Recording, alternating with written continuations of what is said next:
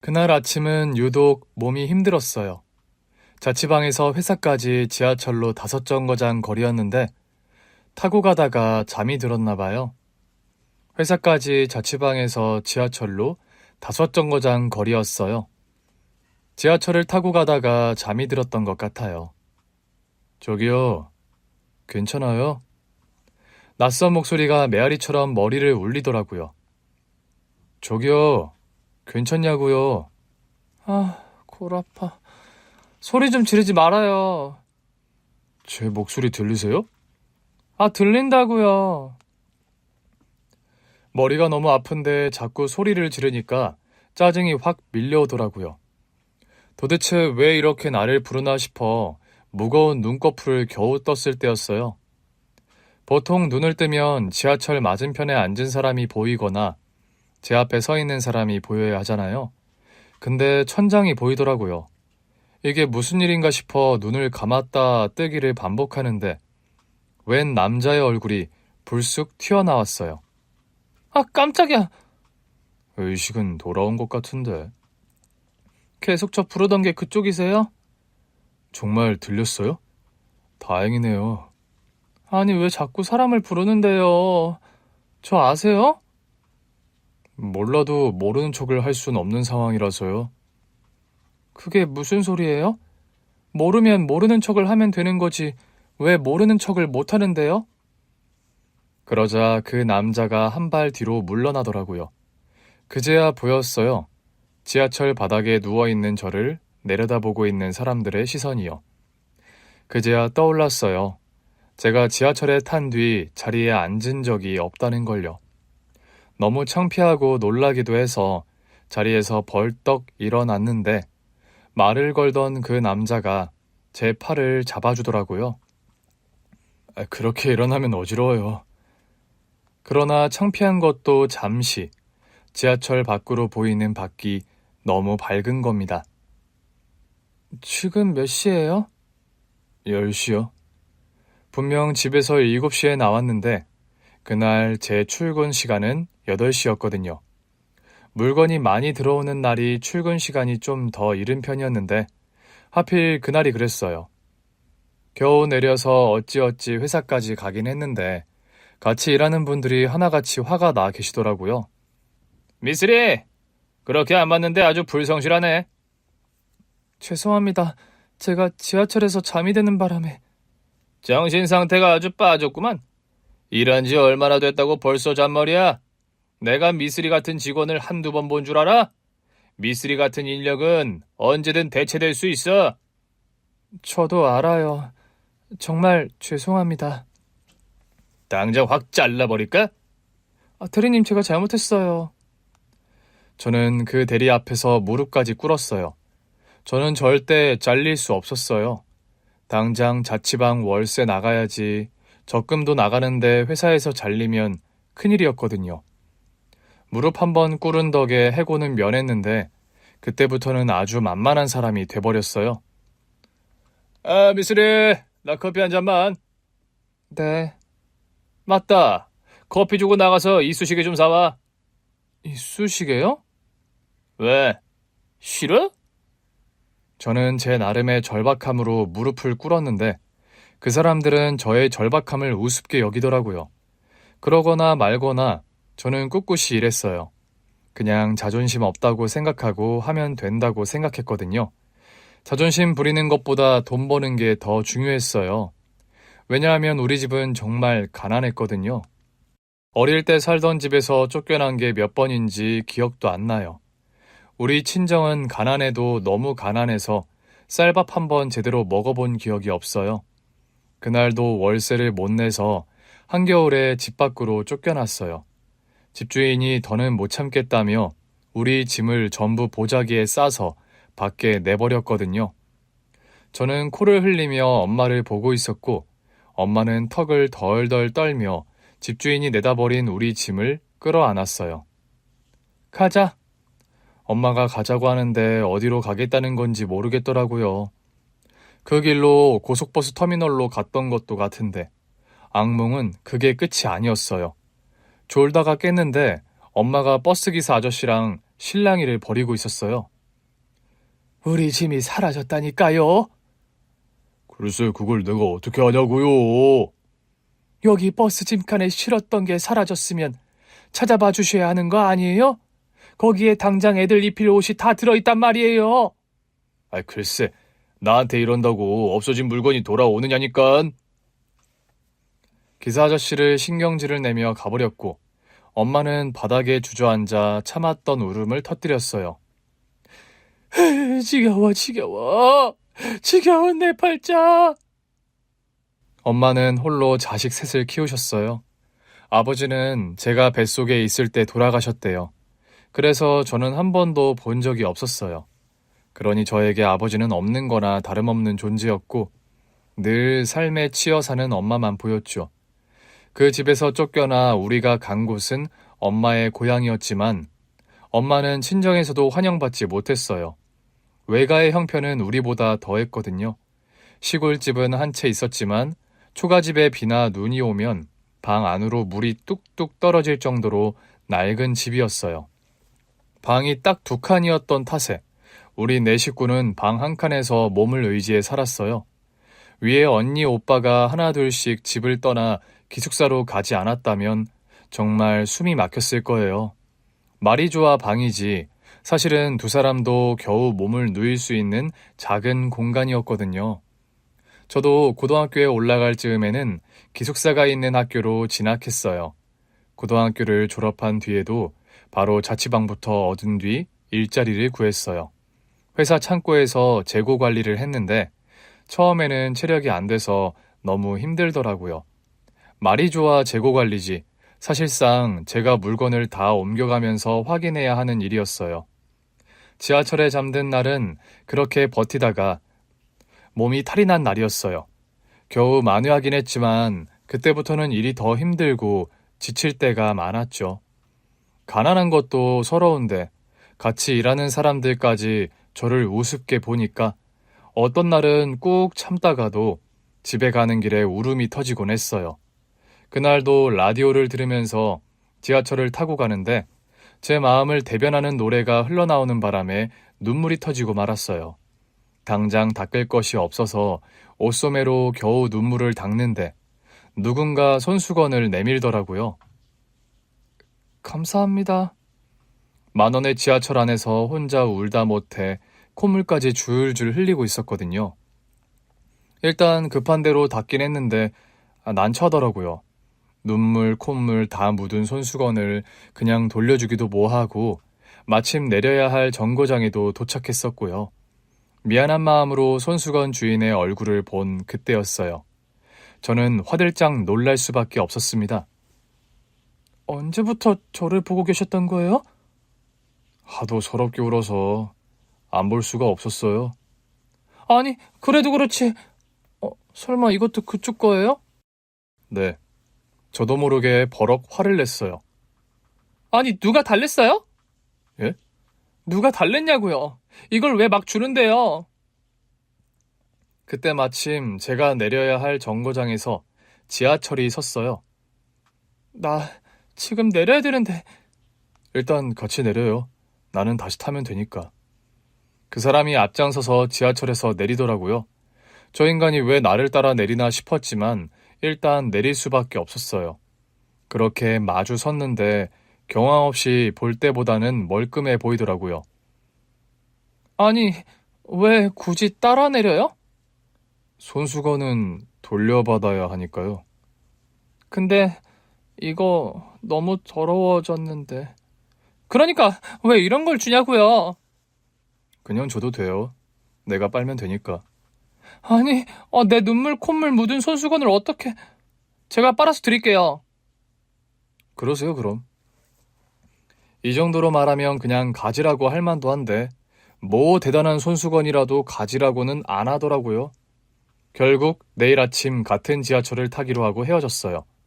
그런데 다음날 그 사람이 제가 타는 지하철 역사 앞에서 저를 기다리고 있더라고요. 저는 당황해서 물었죠. 아니, 왜 내려 있어요? 혹시 엇갈리면 안 되잖아요.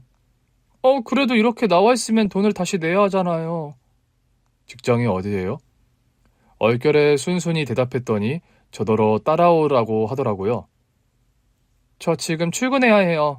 오늘도 늦으면 진짜... 안 늦게 해줄게요. 따라서 와요. 그 사람이 저를 데리고 간 곳은 지하철 근처 공용 주차장이었어요. 저더러 자기 차에 타라고 하더라고요. 차가 있어요? 네. 근데 왜 지하철이 편할 때가 많잖아요. 그래서 늘 타는 건 아니고 한 번씩 애용해요. 아, 차가 있으신 분이었구나. 그러면서 손수건을 굳이 돌려받겠대요? 돈도 좀 있는 분이?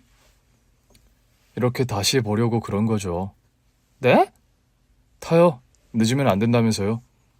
저는 결국 그 사람 차에 탔고 여유 있게 회사에 도착했어요. 그런데 그 사람도 우리 회사 주차장에서 내리더라고요. 아, 맞다. 손수건 여기요. 네. 이제 그만 가보세요. 왜 내리신 건지. 그때였어요. 아이고, 신 사장님 오셨습니까? 우리 회사 대표님이 그 사람을 향해 머리를 조아리며 달려오시는 겁니다. 너무 놀라서 우리 대표님께 고개를 숙였지만 대표님은 저는 보이지도 않는 듯 했어요. 들어가시죠. 네. 그러나 그 남자는 저를 한 번 더 돌아보며 말했어요. 조만간 또 봐요. 그러면서 가는데 처음엔 멍했어요. 저게 무슨 소린가 싶고 저렇게 젊은 남자가 대표라니 안 믿기더라고요. 그러나 그 사람은 정말 우리 거래처 사장님이었어요. 그 전까지만 해도 우리 회사에 오는 걸 거의 본 적이 없었는데 안면을 튼 후라서 그런지 유독 자주 보이더라고요. 그러던 어느 날이었죠. 퇴근해요? 평소보다 조금 늦은 퇴근을 하며 나오는데 그 남자가, 아니, 그 사장님이 회사 정문 앞에 서 있더라고요. 아, 네. 거래처 사장님이라는 걸 알고 나니까 저도 모르게 허리가 저절로 굽혀졌어요. 물론 아주 많이 굽힌 건 아니고 아주 살짝 더 굽히는 정도였지만요.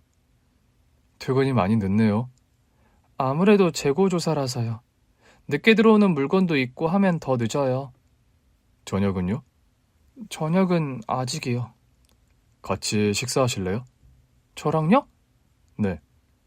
너무 당연하다는 듯 네 하고 대답하는데 할 말이 없더라고요. 얼결에 따라가긴 했지만 이게 맞나 싶었어요. 혹시 지난번에 돌려드린 손수건에 문제가 있었나요? 아니요. 근데 저한테 왜 그러세요? 밥 먹이고 싶어서요. 네? 본인 얼굴이 어떤 줄 알아요? 피죽도 못 얻어먹은 얼굴이에요. 그날도 그래요. 지하철 바닥에서 그렇게 코 골고 자는 사람은 처음 봤어요. 제가 코를 골았다고요? 그래서 내가 깨운 건데요. 하도 시끄럽게 골아서. 주변 사람들이 점점 인상 쓰길래 아주 잠깐 머리가 띵해서 할 말을 잃었었어요. 말도 안 돼. 지금 농담하시는 거죠? 제가 기억 못한다고 이러시나 본데 그때 저한테 그러셨잖아요. 의식이 드냐고. 저 기절했던 거잖아요. 그게 아니고서야 제가 지하철 바닥에 드러누워 잘 리가 있어요? 내가 처음부터 끝까지 봤는데 처음에는 잡고 있던 손잡이에 손목을 넣은 채 예수님처럼 쭉 늘어지더니 결국 바닥에 툭 떨어졌어요. 다들 깜짝 놀라서 봤는데 본인만 태연하게 그 자세로 누워서 잘만 자더라고요. 그때부터는 귀까지 뜨거워진 걸 느끼며 아무 말도 못했어요. 그 사람은 저한테 한우를 사줬어요. 평소라면 과하다고 거절했을 법도 한데 아까 저를 놀린 게 너무 약 올리더라고요. 그래서 주는 대로 족족 내 입에만 넣었는데 그래도 한마디도 안 하고 계속 고기를 구워 제 밥 위에 놔주더라고요. 약오르라고 계속 먹기만 했지만 나중에는 배가 불러서 못 먹겠더라고요. 저 다 먹었어요. 다행히 밥은 잘 먹네요. 제가 구워드릴까요? 전 배불러요. 한 입도 안 드셨잖아요. 밥 먹고 왔어요. 전 안 먹었다고 한 적은 없는데요. 그냥 같이 식사하자고 했지. 이 남자 도대체 뭔가 싶었죠. 그 후로도 그 남자는 저한테 밥을 먹이거나 먹일 만한 걸 사다 주는 거로 계속해서 나타났어요. 처음에는 나를 놀리는데 재미가 들렸나 했는데 단지 놀린다기에는 저한테 시간과 돈을 너무 많이 쓰더라고요. 그러더니 어느 날 갑자기 결혼 반지를 내밀며 그랬어요. 나, 너 먹여 살릴 정도는 되니까 그만 결혼하자. 뭐라고요? 너 지난번에 나랑 한잔하면서 말 놨잖아. 말 편하게 해. 이제 우리 결혼할 거니까.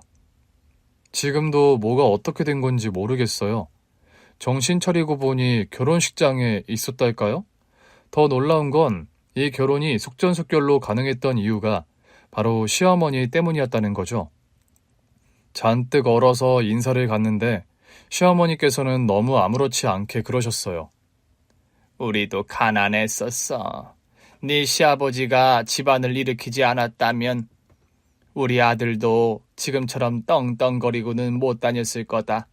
잘 됐네. 나는 가난도 알 필요가 있다고 생각해. 그게 진짜 인생 공부거든. 처음에는 모두가 부러워하는 결혼이었죠. 저처럼 가난한 집안 딸이 돈 많은 사업가, 그것도 제가 일하던 회사 거래처 사장님의 사모님이 된 거였으니까요. 그러나 그 부러움은 오래가지 않았어요. 남편 사업이 망하면서 한순간에 남편은 사장님에서 경비원이 됐거든요. 그래도 저 먹여 살리겠다고 자존심 다 접고 경비로 일하는 남편을 보며 애틋했어요. 그러나 제가 가난하게 자란 걸 아는 남편은 자꾸만 속상한 소리를 했죠. 여보, 우리 결혼한 지 얼마 안 됐잖아. 혹시 이혼하고 싶으면 말해. 나 당신 이해해. 가난에 물린 사람이잖아. 나 만나서까지 가난하게 살고 싶지 않았을 거 아니야. 누가 들으면 내가 당신 돈 보고 결혼한 줄 알겠다? 여보, 나는 돈이 많든 안 많든 나를 위해서 최선을 다하는 당신이 좋아. 우리는 잘 이겨낼 거야. 하루하루 최선을 다해 살자. 그런 우리 부부를 짠하게 여긴 시어머니께서 저에게 제안을 하나 하셨어요. 우리 장사할래? 장사요? 사실 네 시아버지 사업 미천 대준 사람이 나야. 내가 식당을 했었는데 그게 아주 잘 됐었거든. 네 시아버지가 사업으로 성공하고 난 뒤로는 쳐다도 보기 싫었던 게 식당 일인데 아무래도 계속해야 할 운명인 것 같다. 가뜩이나 가난하게 살았던 네가 내 아들 때문에 또 가난하게 사는 것도 맘 아프고 우리 여자들이 힘을 좀 내보는 게 어떻겠어? 저는 무조건 어머니 믿고 따라갈게요. 다른 식당 가서 설거지하고 서빙하느니 시어머니랑 장사해서 우리 돈을 버는 게 당연히 더 낫다고 생각했어요. 그리고 놀랍게도 식당은 너무 잘 됐고 남편까지 합류해서 온 가족이 식당 일을 해도 손이 부족할 정도로 바빠졌어요. 몇 년 안 가 우리는 다시 부자가 됐지만 시어머니는 임종을 맞으셨어요. 임종 직전에 시어머니를 지키는데 마음이 많이 안 좋더라고요. 어머니, 저희 때문에 너무 무리하셔서 이렇게 된 것 같아요. 죄송해요. 너희는 내 자식이다. 내가 끝까지 책임진 것뿐이야. 당연히 내 일을 해야지. 저희가 더 편히 사시게 모셨어야 했는데. 이러나 저러나 한평생이야. 아가, 내가 부탁할 게 하나 있어. 도련님이요? 우리 둘째 좀 부탁해도 되겠니? 남편에게는 나이 차이가 크게 나는 동생이 한 명 있었어요. 막내 생각에 한숨만 내쉬는 시어머니께 힘주어 약속했죠. 어머니, 저 의리 있는 여자예요. 어머니께서 우리 부부를 위해 해주신 것만은 못해도 제 자식이다 생각하고 돌볼게요. 좋은 대학도 보낼게요. 고맙다. 네가 내 며느리라 얼마나 다행인지 몰라. 그렇게 시어머니는 돌아가셨고 저는 아직 고등학생인 시동생을 제 아들처럼 돌봤어요. 서울대가 목표인 시동생을 위해 도시락도 2개씩 싸줬고요. 시동생이 그 도시락을 보고 울먹이더라고요. 꼭 엄마가 해주던 것 같아요. 제가 보고 따라한 건데 맛은 어머니 도시락보단 못할 거예요. 아니에요, 형수님 손맛 엄마랑 거의 똑같아요. 정말 그래요? 네. 그렇게 도시락 2개씩 싸서 학교에 보냈더니 정말 서울대에 들어가더라고요. 그 시동생이 서울대 졸업하고 결혼까지 하는 걸 보면서 정말 엄마가 된 기분이었어요.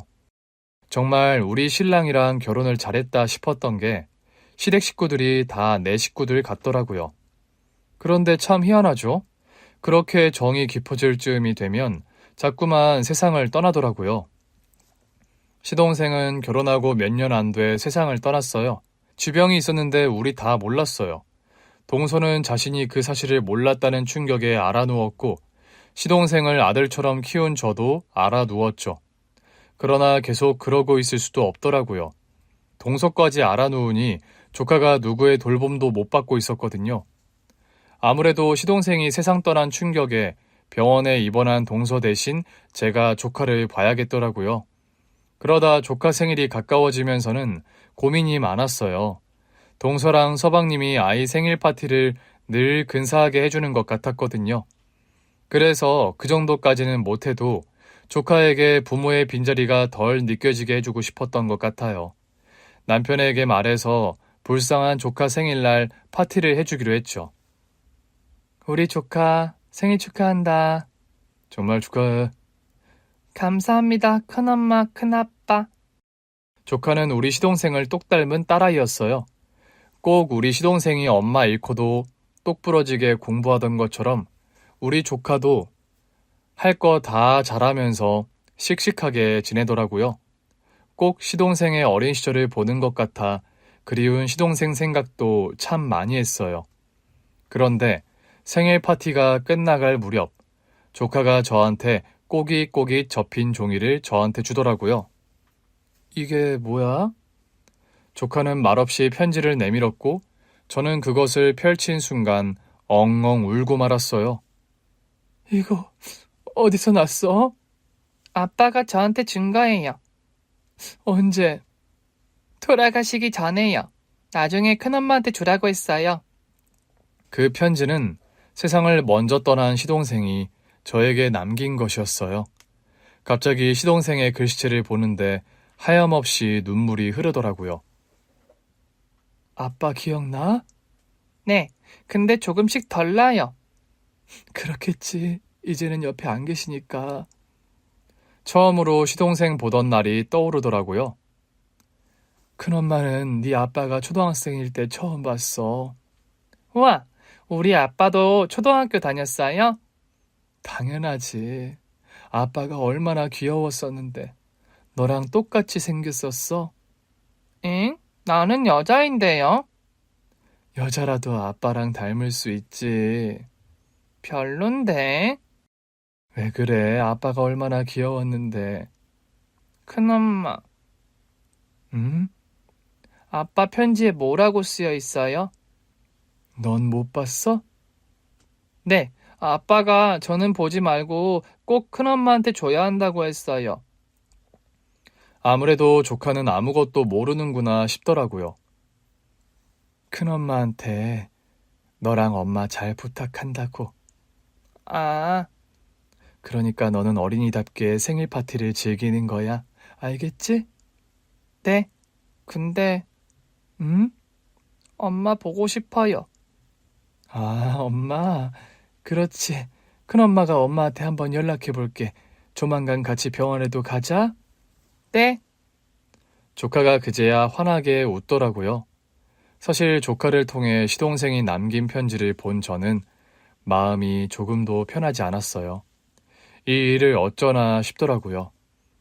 그날 밤 조카를 재우고 나오니 잠깐 식당에 다시 갔었던 남편이 돌아오더라고요. 마무리 잘했어?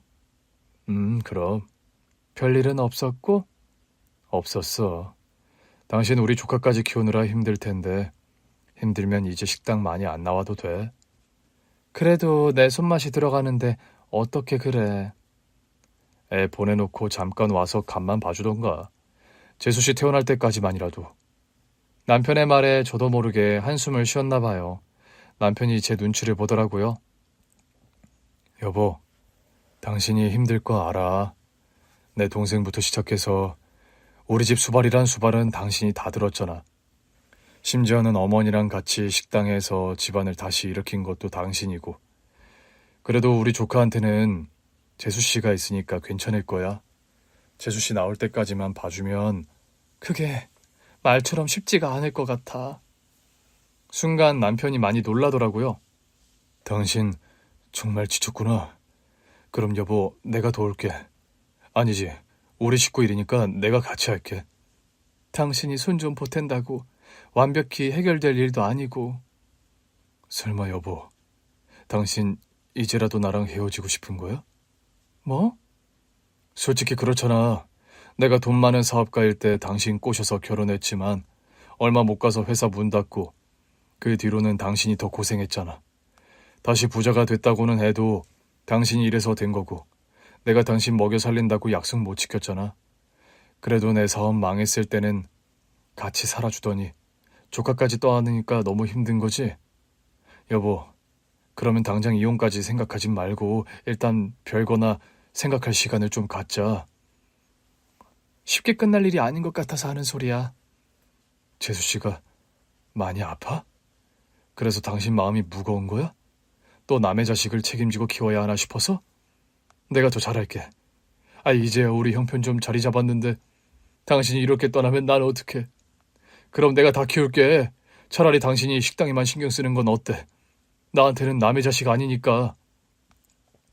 남편이 꼭 우리가 처음 만난 그 지하철 안에서처럼 제가 알 수 없는 소리를 계속 하더라고요. 당신 말 참 섭섭하게 하네. 지금 내가 키운 우리 서방님을 남의 자식이라고 말하는 거야? 호칭은 서방님이어도 나한테는 아들 같은 사람이야. 마찬가지로 그 서방님 자식인데 우리 조카가 왜 남의 자식이야? 내 자식이기도 하지. 어? 아니, 나야 뭐 당신이 그렇게 생각해주면 고맙긴 한데 당신이 너무 지쳐 보여서. 내가 지친 게 문제가 아니야. 동서가 문제지. 그게 무슨 소리야? 저는 조카가 저에게 주었던 꼬깃꼬깃한 편지를 남편에게도 보여줬어요. 이것 좀 봐. 이건 내 동생 필체인데. 내용을 본 남편의 눈이 휘둥그레졌어요. 아니, 이게 다 무슨 소리야? 당신 이거 어디서 났어? 애가 줬어. 아니, 이걸? 서방님이 나한테 꼭 전해주라고 했었대. 대체 언제? 가기 전이었겠지. 이걸 어떡하시? 그러니까 말이야. 애도 모르는 것 같은데. 우리 부부는 서로의 얼굴을 보며 한숨밖에 쉴 수 없었어요. 그때 불현듯 임종전 서방님과 나눴던 대화가 떠오르더라고요. 형수님, 왜 안 들어가세요? 나라도 있어야죠. 동서도 아파서 못 온다면서요. 형수님, 그래서 말인데 우리 딸 좀 가서 봐주시면 안 될까요? 동서가 그 정도로 아파요? 아프면 애를 볼 수 있는 상태가 못 돼서요. 자꾸 걱정되네요. 그 정도라고요? 동서는 몸살이라고 하던데. 좀 심해서요. 그럼 제가 서방님 댁에 가서 자야겠네요. 아니요, 그러시지 말고 형수님 힘드시니까 저희 딸이 형수님 댁에서 지내는 게 어떨까 싶어요. 그럼 동서는요? 그 사람은 혼자 있는 게 더 편할 거예요. 그 말을 하던 시동생의 표정이 아주 어두웠었거든요. 다음날 저는 남편에게 가게를 맡긴 뒤 동서가 입원한 병원으로 갔어요. 동서는 정신병동에 있었죠. 동서. 병실 문을 열고 조심스럽게 들어갔는데 동서가 수척한 얼굴로 저를 보더라고요. 형님? 좀 어때? 괜찮아? 형님이 여길 어떻게? 동서는 당황한 기색이 역력했어요. 서방님 그렇게 되고 우울증으로 입원한다고 했었잖아. 이 병원인 건 어떻게 하셨어요? 서방님이 알려주셨어. 네? 우리 남편이요? 형님 혹시 형님도 저처럼 어디가 아프신 건 아니죠? 왜? 내가 돌아가신 서방님한테 병원 이름 들었다고 하니까 영 이상해? 아무래도 이상하죠. 그 사람은 이제 이 세상에 없잖아요. 그렇지. 그래서 내가 온 거야. 아무래도 내가 나서야 할 때인 것 같아서. 갑자기 그게 무슨 말씀이세요? 동서 언제까지 이런 식으로 버티려고 한 거야? 동서 태어나면 아이 데려가겠다고 했었지. 그럼요. 제가 데리고 가서 키워야죠. 정말 그게 가능할 거라고 생각해? 제가 우울증이 심하긴 하지만 시간이 지나면 좋아질 거예요. 물론 형님이랑 아주버니께서 힘드신 건 알죠. 정말 죄송하게 생각하고 있어요. 하지만 형님이 우리 딸만 돌봐주시면 제가 어떻게든 이겨내 볼게요. 지금 나한테 죄송한 게 문제야? 동서는 왜 자기 생각은 안 해? 형님, 동서는 지금 자기 생각은 안 하고 있잖아. 동서는 혼자 이겨낼 수 있는 거 맞아? 형님, 제가 입원 기간이 길어져서 많이 지치신 거죠. 죄송해요. 제가 제대로 된 친정이라도 있었으면 우리 딸을 친정에 부탁하는 건데. 아시잖아요. 부모님이 어릴 때 이혼하시고 양쪽 다 재혼하셔서 사실상 저한테 친정 없는 거. 그래서 제가 의지할 때가 형님밖에 없어요. 정말 죄송해요. 날 의지하고 있는 거 맞아? 그럼요. 형님 말고 제가 의지할 데가 어디 있겠어요. 아니던데. 저는 동서에게 서방님이 남긴 편지를 동서에게 건넸어요. 그것을 본 동서의 눈이 휘둥그레지더라고요. 형님, 동서 딸이 나한테 준 거야. 아빠가 누구도 모르게 나한테 전해달라고 했대. 형님, 아니에요. 이거 아니에요. 뭐가 아닌데? 조현병 아니라고? 그러나 제가 직접 묻자 동서는 아무 대답도 하지 못했어요. 먼저 세상을 떠난 서방님이 저에게 남긴 편지는 이랬어요. 형수님, 참 오래 저의 두 번째 엄마로 의지하며 산 우리 형수님. 정말 감사합니다. 그 은혜를 더 오래오래 갚으며 살아야 했는데 먼저 가게 될 것 같아요. 형수님 가슴에 대못을 박을 걸 생각하면 가슴이 아픕니다. 또 남은 제 처자식도 마음에 너무 걸리고요. 저는 이제 어떻게 해야 할지 모르겠어요. 그래도 제가 모든 걸 감당하며 살 수 있다고 믿었는데 결혼하면서 형수님과 형한테 말하지 않은 사실이 하나 있어요. 사실 제 아내에게는 지병이 있습니다. 그 사람 저랑 만날 때부터 조현병 전조 증상이 있었어요. 치료도 받고 약도 먹고 있었지만 가족 내력이더라고요. 그래서 친정 부모님도 결국 갈라서셨던 것 같고요. 문제는 딸이 조현병인 걸 알고 각자 재혼한 친정 부모님마저 연락을 끊으셨다는 거예요. 제 아내는 이제 정말 의지할 때도 기댈 때도 없어요. 제가 떠나고 나면 더 하겠죠. 그래서 형수님께 이 편지를 남깁니다. 거기까지 읽었을 때도 어찌나 놀랐던지 조카 앞에서 놀란 티를 내지 않으려 더 태연한 척을 했어요. 그러나 마지막 내용에서 결국 눈물이 터지고 말았죠. 형수님, 제 딸을 좀 부탁드려요. 애엄마는 스스로 병원에 입원할 거예요. 저랑 결혼하면서 늘 말했어요. 상태가 조금이라도 안 좋으면 그냥 병원으로 갈 거라고요. 절대 저더러 자기를 돌보지 말라고 했어요. 문제는 우리 딸이에요. 우리 딸은 제가 없으면 엄마의 보살핌도 못 받고 자랄 가능성이 커요. 아마도 집사람은 자주 병원에 입원해야 할 테니까요. 그러니 형수님, 제발 우리 딸만 좀 돌봐주세요. 아내까지는 바라지도 않을게요. 제발 우리 딸만 좀 부탁드려요. 아내도 늘 딸 걱정뿐이에요. 하지만 아내는 자기가 조현병이라는 걸 절대 말 못할 거예요. 우리 부부도 우울증으로 하자고 입을 맞춘 상태라서요. 하지만 형수님께는 말씀드려도 될 것 같아서 제가 남겨요. 아내는 자기 입으로는 절대 말 못할 테니까요. 그러니 부디 이 못난 시동생을 봐서 우리 딸 좀 잘 부탁드립니다. 편지를 다 읽은 동서의 손이 덜덜 떨리기 시작했어요. 형님, 이게 어떻게 된 거냐면요. 어떻게 된 건데? 서방님은 결혼 전부터 동서가 조현병 증상이 있다는 걸 알고 있었다던데? 네, 처음 만난 건 같이 아르바이트를 하면서였어요. 제가 아르바이트를 하다가 조현병 증상이 온 날이 있었어요. 그런 저를 남편이 돌봐줬어요. 그렇게 비밀을 공유하게 됐죠. 저는 남편이 제 증상을 알고 피하거나 아르바이트하는 곳에 일러서라도 저를 잘리게 할 줄 알았어요. 그런데 오히려 제 증상을 알고는 저랑 같은 시간대에만 일하려고 하더라고요. 행여나 저한테 증상이 있으면 자기가 숨겨주고 돌봐주려는 의도였죠. 처음에는 참 이상한 사람이다 싶었는데 언젠가부터는 이 사람이 없으면 아무것도 못할 것 같더라고요. 제가 염치 없이 먼저 고백했어요. 남편은 바로 받아줬고요. 제가 그때 고백하지 않았다면 남편도 저랑 엮이는 일은 없었을 텐데 죄송합니다. 둘이 사랑해서 결혼한 거잖아. 제가 큰 욕심을 부렸던 거예요. 그러지 말았어야 했는데 그 사람이 너무 좋아서 제 분수도 있고 고백을 했어요. 처음에는 고백해놓고 결국 후회했어요. 내가 괜한 소리를 했다. 저 착한 사람이 내 고백을 거절 못한 거다. 그렇게 생각했는데 남편이 제 손을 잡더니 그러더라고요. 우리 둘이 함께 있으면 못할 일이 없다고요. 그러니 너무 걱정하지 말라고.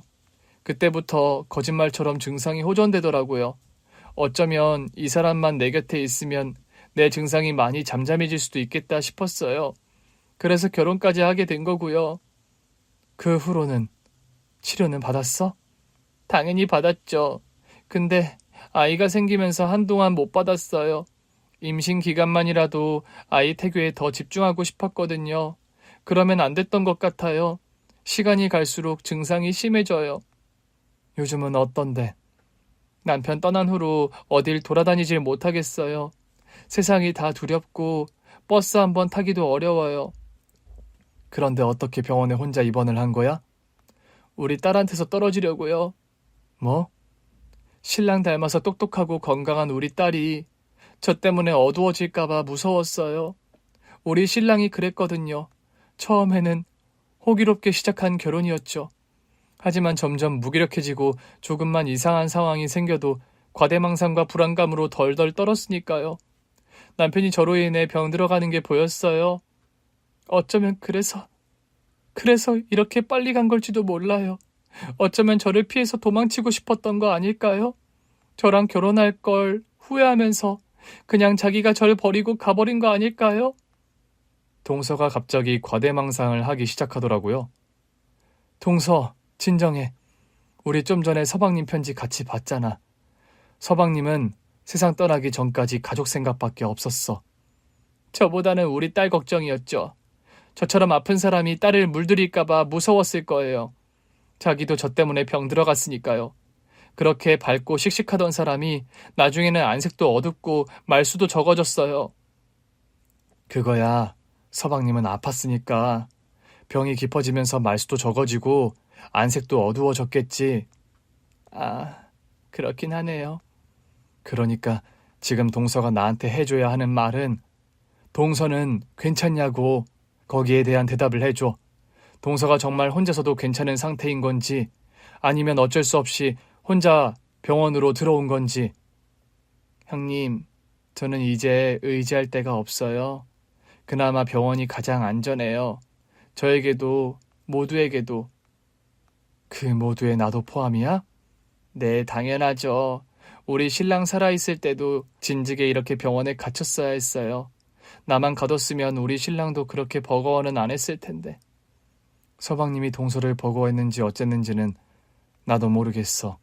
하지만 나한테 굳이 이 편지를 남긴 건 결국 동서 때문 아니겠어? 네?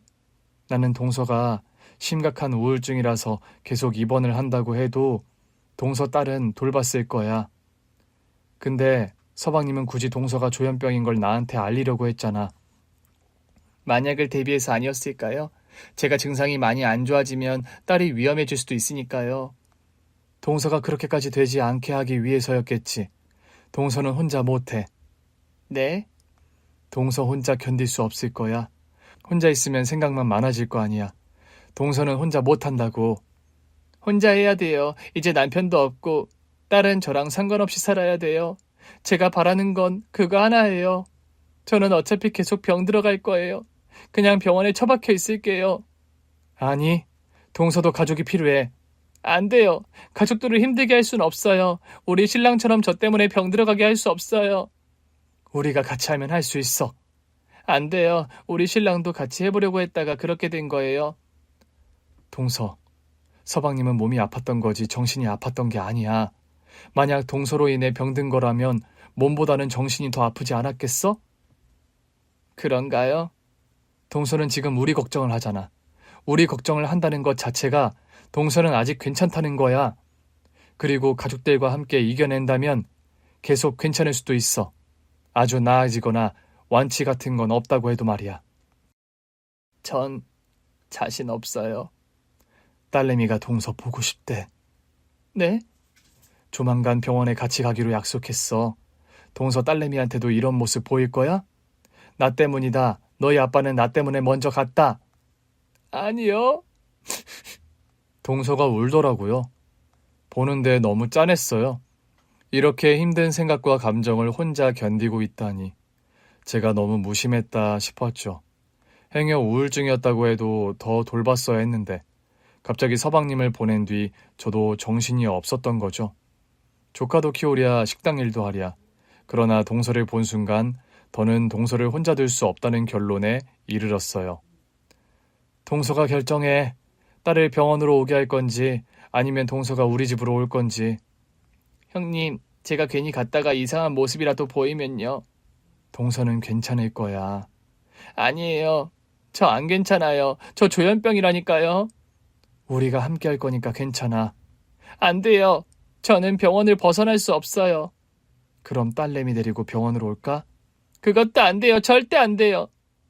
그럼 영영 딸 안 보고 살 거야? 동서가 또다시 울더라고요. 저는 동서의 등을 가만히 쓰다듬었어요. 동서, 우리 다 괜찮을 거야. 내가 보니까 동서 안 심각해. 지금은 서방님 보내고 스트레스가 심해서 자기 상태가 심각하다고 여기는 것 같은데 정말로 우울증도 있는 것 같아. 배우자를 먼저 보냈는데 어떻게 멀쩡할 수 있겠어? 형님. 동서가 제 허리를 끌어안고 울더라고요. 하여튼 못 살아. 진즉에 말을 했어야지.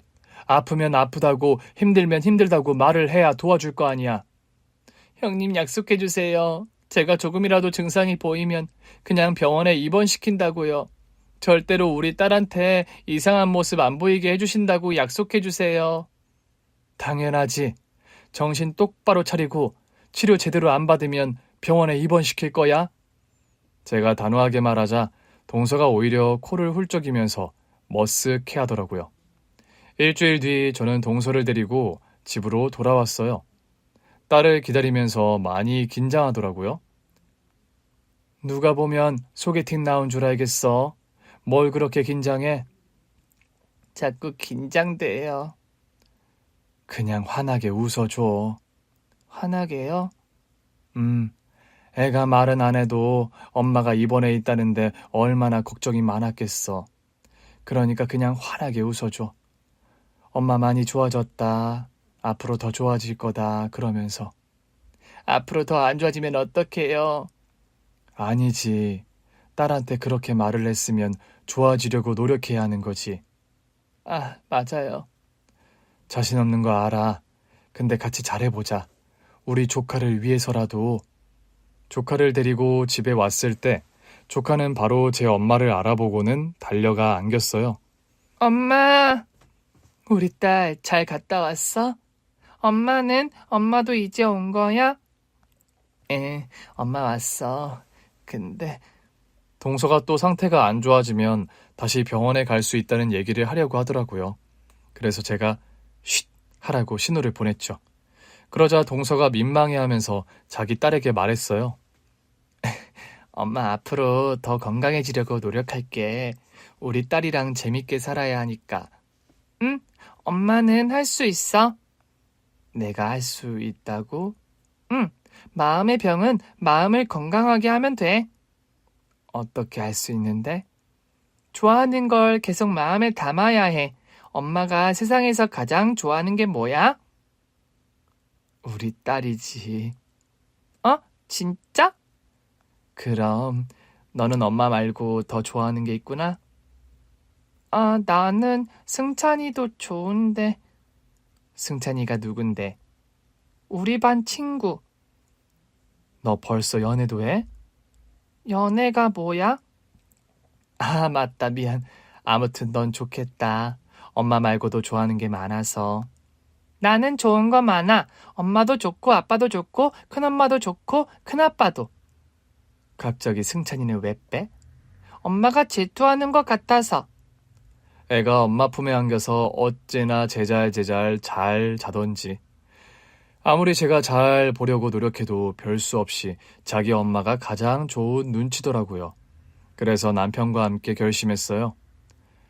여보, 우리 집을 합칠까 봐. 집? 우리 집이랑 동서 집 합쳐서 좀 더 큰 집으로 갈까 봐. 우리 가게 근처로. 재수 씨가 그렇게 하려나? 아예 2층 집을 얻는 게 좋겠어. 행여나 동서가 병원에 입원해야 할 일 생기면 우리가 자연스럽게 애도 보고 그러게. 당신은 안 불편하겠어? 나야 뭐 당신 뜻을 따라야지. 우리가 1층 쓰고 동서네가 2층 쓰고 하면 같이 살아도 크게 불편하지 않을 것도 같고. 솔직히 지금도 집만 따로 사는 거지 같이 사는 거나 다름없잖아. 그렇긴 하지. 재수 씨가 매번 왔다 갔다 하는 것도 힘들 수 있지. 증상이 안 좋을 때는 밖에 돌아다니는 것도 힘들다고 하더라고.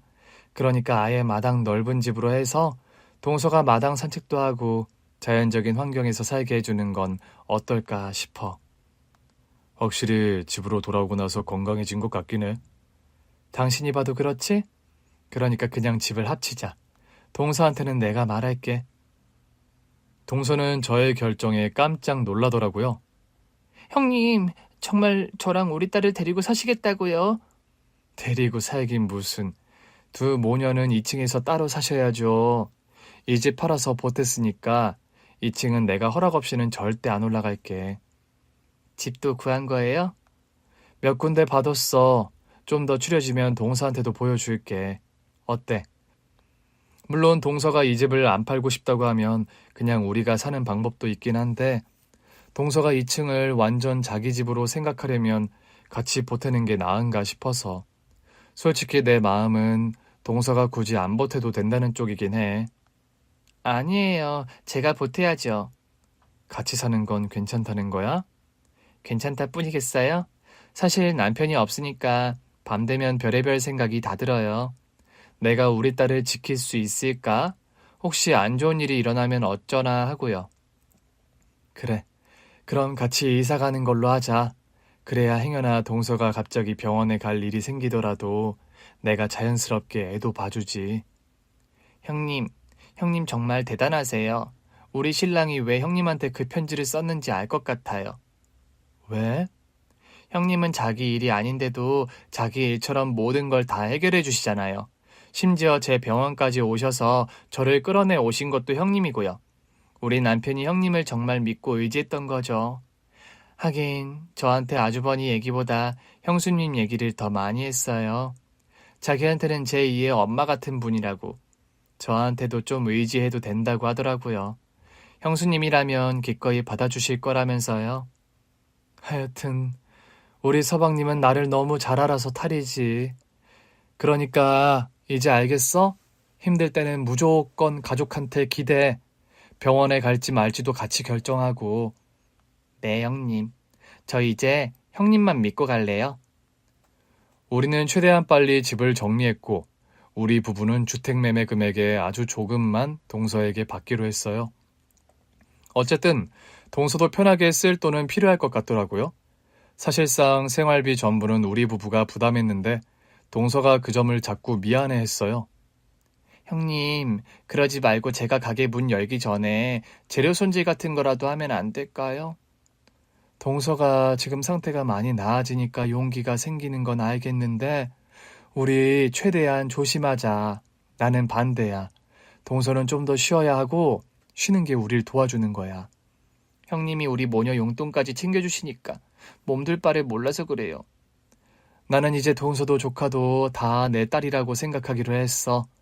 동서도 들어서 알 거 아니야. 내가 남의 자식 내 자식으로 만드는데 도사라는 거. 근데 있잖아. 내가 키우잖아? 꽤 똘똘하게 잘 자란다. 그러니까 나 믿고 내가 키우는 대로 따라와. 막말로 우리 부부는 일하느라 바빠서 돈이나 되는 거지. 동서가 살림 다 하잖아. 사람 좀 쓰라고 해도 도저히 안 되겠다며. 제가 불안해서요. 분명 낯선 사람이 우리 집에 와서 일하고 가면 또 별의별 생각이 다 들면서 과대망상할 수도 있어요. 그럼 증상만 키울 수 있으니까 차라리 제가 다 하고 뻗어서 자는 게 더 좋아요. 몸이 피곤하면 그래도 잠이 좀 오거든요. 알았어. 그렇다면 어쩔 수 없는 건데 동서도 가사노동으로 우리 살림에 크게 이바지하고 있다는 것만 알아. 용돈 더 올려달라고 하면 좀 더 올려줄 생각도 있으니까 필요하면 절대 숨기지 말고 말해. 알잖아, 나 시어머니랑 같이 시작한 식당으로 부자 된 거. 저 이미 충분해요. 제가 쓸 데가 어딨다고요. 막말로 우리 딸 생일도 그렇고 필요한 모든 건 형님이 해주시잖아요. 해줄 수 있으니 좋지. 그러니 동서도 다른 건 부담 가질 필요 없다는 얘기야. 우리 남편이 그 편지를 안 남겼다면 어떻게 됐을까요? 저 지금 너무 행복해요. 그냥 우리 딸만 봐주시면 나 혼자 어떻게든 이겨내보겠다 생각했는데 오만이었나 봐요. 잘 깨달았으니 된 거지. 이제부터는 어떻게든 더 건강하게 우리 가족끼리 똘똘 뭉쳐서 살 생각만 해. 얼마나 좋아. 애도 집에 돌아오면 엄마가 있어서 좋고 엄마가 해준 밥 먹어서 좋고. 안 그래도 우리 딸이 그러더라고요. 집에 엄마가 있어서 좋다고. 큰엄마도 있고 큰아빠도 있으니까 진짜 좋대요. 그러니까 건강하게 그 예쁜 딸 잘 키우자. 우리가 이렇게 같이 살아갈 거고 힘든 일 있으면 같이 해결책을 찾을 거니까. 알겠지? 네, 형님. 정말 감사해요. 동서는 마당이 넓은 집에서 하루하루 생각보다 훨씬 잘 지내고 있어요. 동서가 살림 솜씨가 좋아서 우리 부부도 덕분에 편하게 지내고 있고요. 앞으로도 우리 네 식구 똘똘 뭉쳐서 잘 살아가려고요. 가족끼리 똘똘 뭉쳐 있으면 어떤 풍파가 와도 잘 이겨낼 수 있겠죠? 오늘 준비한 사연은 여기까지입니다. 재미있게 들으셨다면 구독과 좋아요, 알림 설정까지 눌러주세요. 그럼 저는 다음 사연으로 찾아뵐게요. 오늘도 건강하고 행복하세요.